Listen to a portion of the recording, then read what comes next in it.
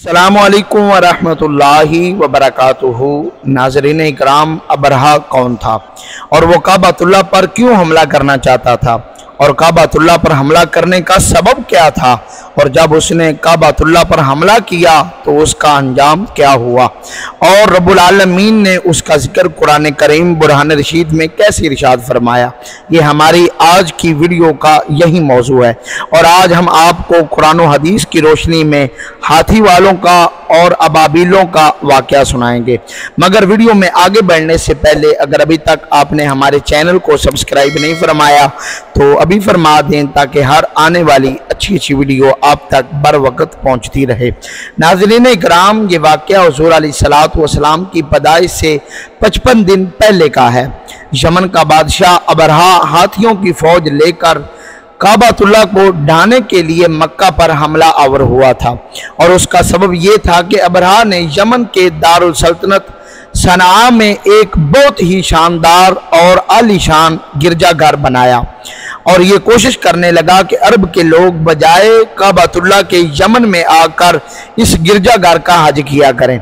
जब मक्का वालों को ये मालूम हुआ तो कबीला किनान का एक शख्स गैज़ो गज़ब में जल भुन कर यमन गया और वहाँ के गिरजाघर में पैखाना कर दिया, उसको नजाजत से लथपथ कर दिया। जब अबरहा ने यह वाक़या सुना तो वो तैश में आपे से बाहर हो गया और काबतुल्लाह को ढाने के लिए हाथियों की फौज लेकर मक्का पर हमला कर दिया, और उसकी फौज के अगले दस्ते ने मक्का वालों के तमाम ऊंटों और दूसरे मवेशियों को छीन लिया। रवायात के मुताबिक इसमें 200 या 400 ऊंट हजरत अब्दुल मुत्तलिब के भी थे।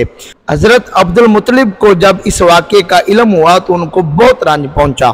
चुनाचे आप इस मामले में गुफ्तगू करने के लिए इसके लश्कर में तशरीफ़ ले गए। जब अबरहा को मालूम हुआ कि कुरैश का सरदार उससे मुलाकात करने के लिए आया है तो उसने आपको अपने खेमे में बुला लिया। अबरहा ने जब हजरत अब्दुल मुत्तलिब को देखा कि एक बुलंद कामत, रोबदार और नहायत ही हसीन व जमील आदमी जिसकी पेशानी पर नूर नबूवत का जाहो जलाल चमक रहा है, तो सूरत देखते ही अबरहा मरऊब हो गया और बेख्तियार तख्ते शाही से उतरकर आपकी ताज़ीम व तकरीम के लिए खड़ा हो गया और अपने बराबर बिठाकर दरियाफ्त किया कि कहिए सरदार कुरैश, यहाँ आपकी तशरीफ़ आवरी का मकसद क्या है। हज़रत अब्दुल मुत्तलिब ने जवाब दिया कि हमारे ऊँट और बकरियाँ वगैरह जो आपके लश्कर के सिपाही हाँक लाए हैं, आप उन सब मवेशियों को हमारे सुपुर्द कर दीजिए। ये सुनकर अबरहा ने कहा कि ऐ सरदार कुरैश, मैं तो ये समझता था कि आप बहुत ही हौसलामंद और शानदार आदमी हैं, मगर आपने मुझसे अपने ऊँटों का सवाल करके मेरी नज़रों में अपना वक़ार कम कर दिया। ऊँट और बकरियों की हकीकत ही क्या है? मैं तो आपके काबा को तोड़ फोड़ कर बर्बाद करने के लिए आया हूँ। आपने इसके बारे में कोई गुफ्तगू नहीं की। हज़रत अब्दुल मुत्तलिब ने कहा कि मुझे तो अपने ऊँटों से मतलब है, काबा मेरा घर नहीं है बल्कि वो खुदा का घर है और वो खुद ही अपने घर को बचा लेगा। मुझे काबा की ज़रा भी फिक्र नहीं है। ये सुनकर अबरहा ने अपने फिरौनी लहजे में कहने लगा कि सरदार मक्का, सुन लीजिए, मैं काबा को ढाक कर इसकी ईंट से ईंट बजा दूंगा और रूह ज़मीन में से इसका नाम व निशान मिटा दूंगा, क्योंकि मक्का वालों ने मेरे गिरजाघर की बड़ी बेहुरमती की है। इसीलिए मैं इसका इंतकाम लेने के लिए काबा को मस्मार कर देना ज़रूरी समझता हूँ।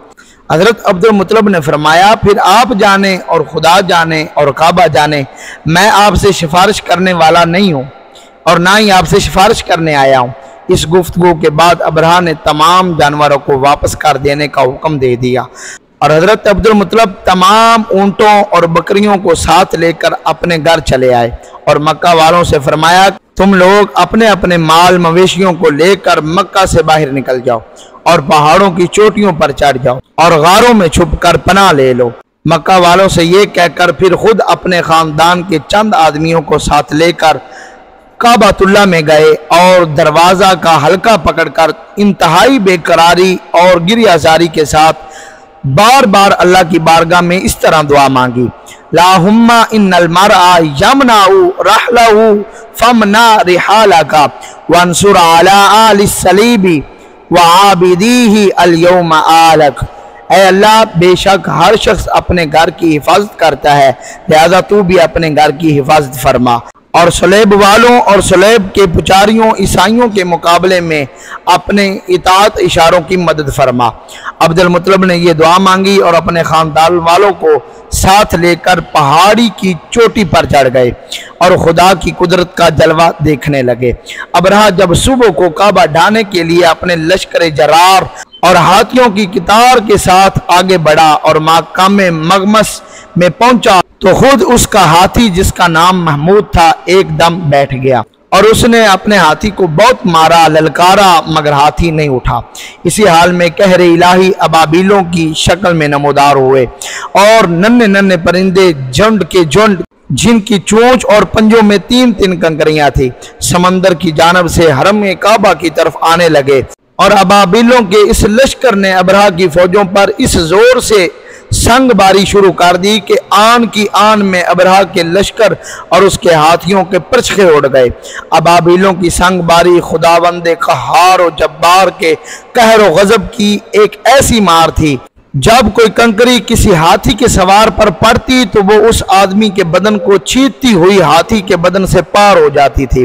ابرہہ کی فوج کا ایک آدمی بھی زندہ نہیں بچا، سب کے سب ابرہہ اور اس کے ہاتھیوں سمیت اس طرح ہلاک و برباد ہو گئے کہ ان کے جسموں کی بوٹیاں ٹکڑے ٹکڑے ہو کر زمین پر بکھر گئی۔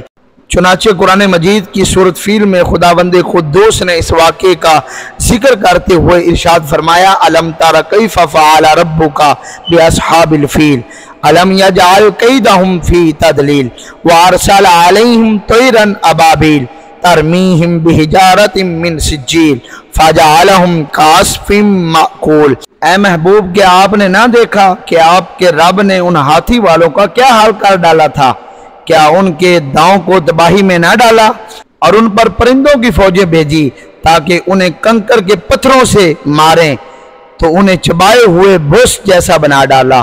جب ابرہہ اور اس کے لشکروں کا یہ انجام ہوا تو حضرت عبد المطلب پہاڑی سے اترے اور نیچے اتر کر خدا کا شکر ادا کیا اور سجدہ کیا، اور ان کی اس کرامت کا دور دور تک چرچا ہو گیا، اور تمام اہل عرب ان کو ایک خدا رسیدہ اور بزرگ کی حیثیت سے قابل احترام سمجھنے لگے۔